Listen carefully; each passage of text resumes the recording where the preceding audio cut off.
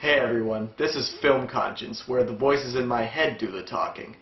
Over here we have the more technical, critical side of me, and over here we have the more emotional, intuitive side of me. And today we'll be looking at Brothers, a film about a Marine who is presumed dead, so it's up to his brother to take care of his wife and children. That is until they get the call that he's actually alive, and he comes back home, and then conflict ensues. So I'm going to let you guys take it away. What did you think? Well, I'm going to get straight to the point. I feel as though a mugger just came up to me, verbally assaulted me, maybe roughed me up a bit, and then at the last minute said, you know what? Never mind, I'm not going to take your money. Then he spits in my face and runs away. And all I can think of to say was, what the hell was that for? It's just cruel. The film just feels cruel. I would say that cruel is the accurate word, but not necessarily for the reasons you specify. The film just seems incredibly misguided. They took a somewhat interesting premise, I guess. It's hard to say what it is exactly. The point is, they make no effort to actually explore any of the issues presented in the film. I agree. It seems that the film reeks of underdevelopment. Yes. And yet somehow they manage to make you feel like you've been force-fed a pound of processed depression.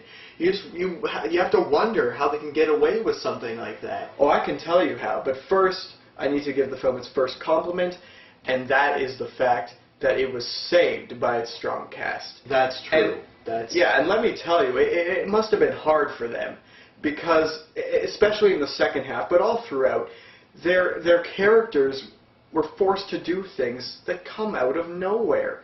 It's like the director's a 6-year-old girl taking her Barbie and Ken dolls, undressing them, and then rubbing them together just for the sake of entertainment, when in fact, neither of them have reproductive organs.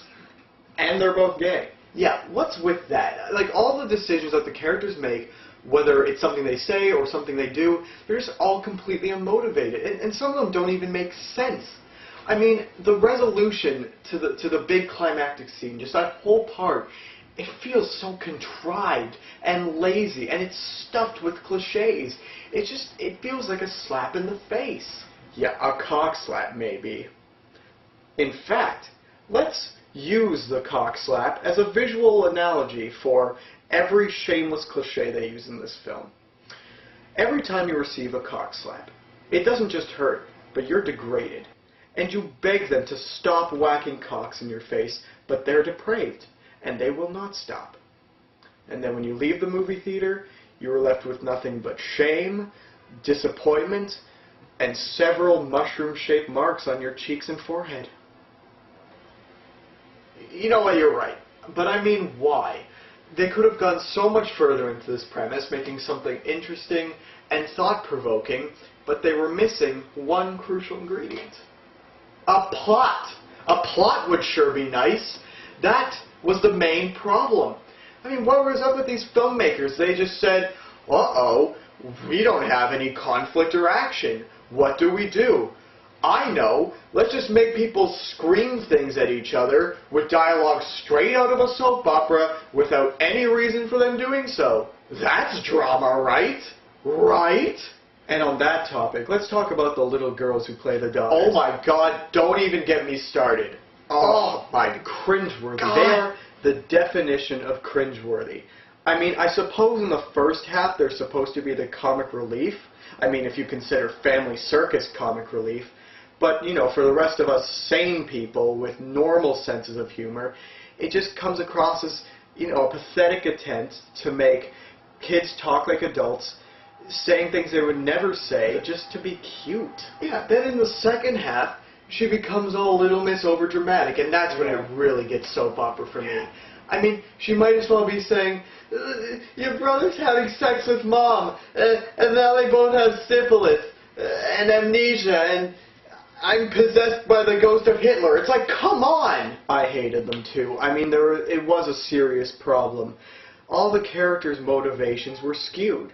I think my biggest problem with the movie, aside from all the other horrible things I've been saying about it, is that it just seems like a very long, stretched out, introduction to an even bigger question. Yep, absolutely. And you know what? Tobey Maguire even asked that question at the very end of the movie. He has the last line, and he asked the question, will I get my life back? That sounds like a fucking plot to me. I mean, what the hell went wrong here? That's clearly what the movie should have been about. My God. I know, and granted, they could have been short on plot if they were just going for a character study, which this very well could have been. Unfortunately, they didn't have the drive or the resources to pull it off, so it just comes across as thrown together at the last minute. Dear God, is nothing sacred? Can nothing save this horrid piece of death chocolate? I feel like I'm going crazy here. Like, I don't know what... Oh, okay, I think I've got enough. Thank you. Yeah. Yeah, thanks. So, here's my conclusion.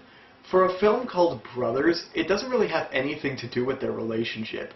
In fact, it doesn't really have to do with anything at all. It feels very underdeveloped, and it's plagued with choices that feel both forced and nonsensical. It's not very focused, but it's the performances that make the film feel at least a little bit human, and seems to be the only redeeming qualities of the film.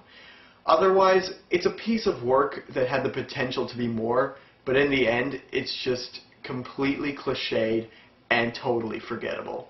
This has been Film Conscience, where the voices in my head do the talking.